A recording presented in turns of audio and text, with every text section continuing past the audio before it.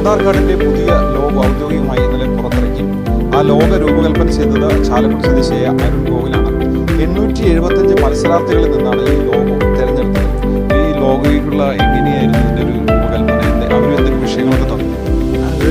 അവരുടെ വെബ്സൈറ്റിൽ പാരാമീറ്റേഴ്സ് വഴി പബ്ലിഷ് ചെയ്തിരുന്നു. അതായത് വളരെ സിമ്പിളായിരിക്കണം, പിന്നെ സ്മൈലിംഗ് നേച്ചർ ആയിരിക്കണം, ഒഫൻസീവ് പൂവല ഒരു ഫേസ് പാടില്ല, പിന്നെ എന്ന് പറഞ്ഞു കഴിഞ്ഞാൽ വളരെ ചെറിയൊരു കുട്ടികൾ തുടങ്ങി പ്രായമായവർ വരെ അതിലൊരു ഇത് വരണം, അട്രാക്ഷൻ വേണം, ഒരു ഐഡൻറ്റിഫിക്കേഷൻ കാർഡ് എന്നതിലുപരി എല്ലാവർക്കും ഒരു ഫ്രണ്ട്ലി ഫേസാണ് ഫസ്റ്റ് ഓർമ്മ വരേണ്ടത് ആധാർ.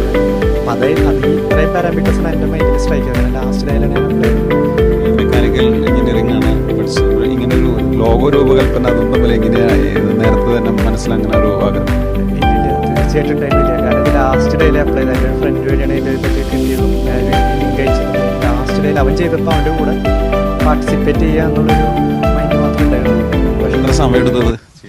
ഇതൊരു 3-4 മണിക്കൂർ എടുത്തു. പക്ഷേ എന്നിട്ടും എനിക്കൊരു സംതൃപ്തി വന്നില്ല. കാരണം വളരെ സിമ്പിളായി പോയി എൻ്റെ മൈൻഡിൽ കിടന്ന്.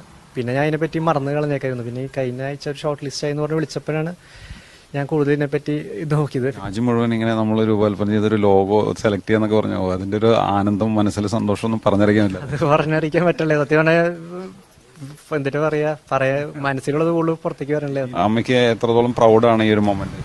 എന്റെ most memorable moment and proud moment. ഭാര്യ സഹായിച്ചോ? ഇല്ലില്ല, ഞാൻ എന്റെ കോൺട്രിബ്യൂഷൻ ഒന്നുമില്ല. അത് ഗൂഗിൾ തന്നെ ചെയ്തതാണ്. ഗൂഗിൾ എന്റെ അടുത്ത് പറഞ്ഞിരുന്നു. കണ്ടപ്പോ ഭയങ്കര ക്യൂട്ട് ആൻഡ് ഇന്നസെന്റ് ആയിട്ട് തോന്നി. രാജ്യത്തെ ഏറ്റവും അധികം ആളുകൾ ശ്രദ്ധിക്കുന്ന ആധാർ കാർഡിന്റെ ഒരു ലോഗോ, അതിന് ഔദ്യോഗികമായ മുദ്ര, അത് ഡിസൈൻ ചെയ്തത് ഒരു മലയാളിയാണെന്നുള്ളതാണ് ഏറ്റവും വലിയ